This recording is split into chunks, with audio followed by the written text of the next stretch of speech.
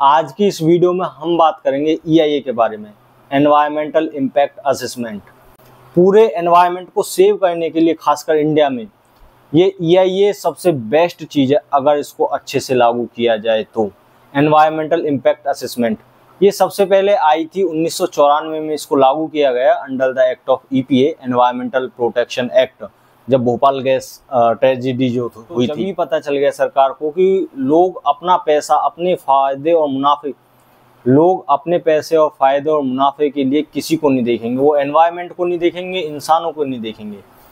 तो जभी से ये एक्ट लाया गया और ये एक्ट बहुत ही ज़्यादा कारगर है अगर इसको अच्छे से अमल में लाया जाए। ये क्या होता है, आज हम इस बारे में बात करते हैं कि कोई भी आपका कोई भी डेवलपमेंट वर्क हो, कंस्ट्रक्शन रिलेटेड, आपका हाईवे हो, एक्सप्रेस हो, डैम हो, इंडस्ट्रियल एरिया हो, कोई भी फैक्ट्री हो, आपका हाइड्रो पावर प्लांट हो, आपकी माइनिंग हो, कोल माइनिंग हो, आपकी हर एक चीज़ जो कंस्ट्रक्शन से रिलेटेड जिससे डेवलपमेंट होगा उसके लिए EIA कराना ज़रूरी है 1994 के बाद। EIA बेसिकली एक प्रोसीजर है जिससे एग्जामिन किया जाता है कि जो आने वाला प्रोजेक्ट है उससे एनवायरनमेंट पर क्या क्या प्रभाव पड़ते हैं, फ्यूचर में क्या क्या प्रभाव पड़ेंगे। हम उसको सीजनल वाइज भी एनालाइज करते हैं कि सीजन वाइज भी EIA की रिपोर्ट तैयार की जाती है कि इस गर्मियों में इस प्रोजेक्ट से एनवायरनमेंट पर क्या प्रभाव पड़ेगा, सर्दियों में क्या प्रभाव पड़ेगा, बारिशों में क्या हाल रहेगा। EIA में बेसिकली हम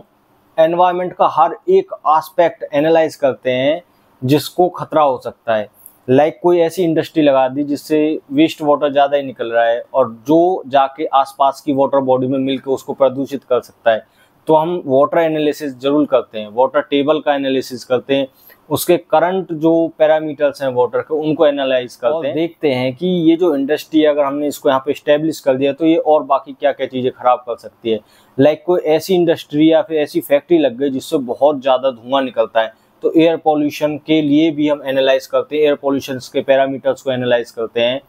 और हम बहुत सोच समझ के EIA उनको देते हैं, मतलब एनवायरमेंटल क्लियरेंस हम उनको देते हैं कि हाँ आप कर सकते हो अपनी फैक्ट्री का। हर एक एस्पेक्ट देखा जाता है, मिट्टी को तो कोई परेशानी नहीं होगी क्या, सॉइल प्रोफाइल गड़बड़ प्रोजेक्ट से आसपास की मिट्टी तो खराब नहीं हो जाएगी, लाइक कॉम्पैक्ट तो नहीं हो जाएगी, या फिर कोई कंस्ट्रक्शन डेब्रिज वगैरह आसपास तो नहीं डाल देंगे। ये भी एनालाइज करते हैं कि जहाँ वो प्रोजेक्ट बनाना चाह रहे हैं कि वहाँ ज़्यादा बायोडाइवर्सिटी तो नहीं है, वाइल्ड लाइफ अच्छी खासी तो नहीं है, पेड़ पौधे ज़्यादा तो नहीं काटने पड़ेंगे। ऑल ओवर हम यही देखेंगे कि नेचर को ज़्यादा नुकसान ना हो और फ्यूचर में भी उससे नुकसान ना हो। वाइल्ड लाइफ को देखेंगे हम, इवन तक कि अगर वहाँ कोई इंडेंजर्ड स्पीसीज है तो हम देखेंगे कि हाँ कहीं इसको इससे खतरा तो नहीं है, या फिर वहाँ पर कोई अबेंडेंस बहुत ज़्यादा किसी स्पीसीज की, तो हम ये देखेंगे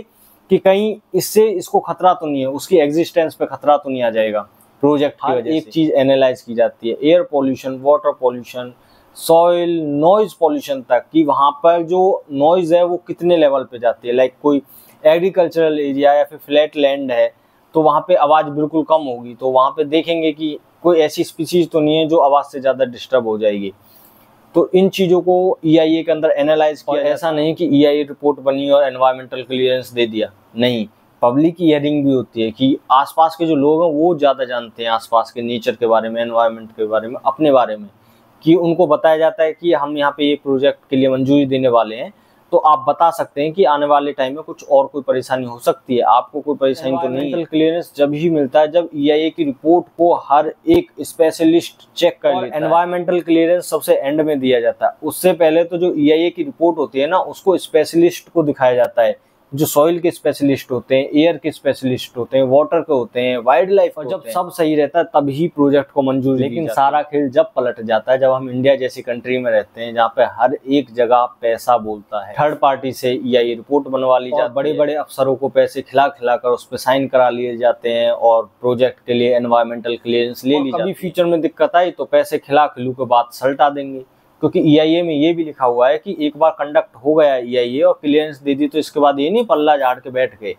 जब तक वो प्रोजेक्ट कंप्लीट नहीं होगा बीच बीच में जाके देखा जाएगा कि कोई जो रेगुलेशन हमने दी थी, कि रिस्ट्रिक्शंस हमने बांधी थी कि आप दिन में काम नहीं कर सकते या फिर लेट नाइट काम नहीं कर सकते या फिर ज़्यादा धूल नहीं उड़ा सकते, वो सब चीज़ें फॉलो हो रही हैं कि नहीं। सबसे बड़ा और जल्दी का एग्जांपल तो आप अभी देख रहे हो कि जिस जंगल में एक साथ 400 पेड़ काट दिए, वाइल्ड लाइफ इधर से उधर हो गई, रात में मोर रो रहे हैं, हाथी माइग्रेट कर रहे हैं,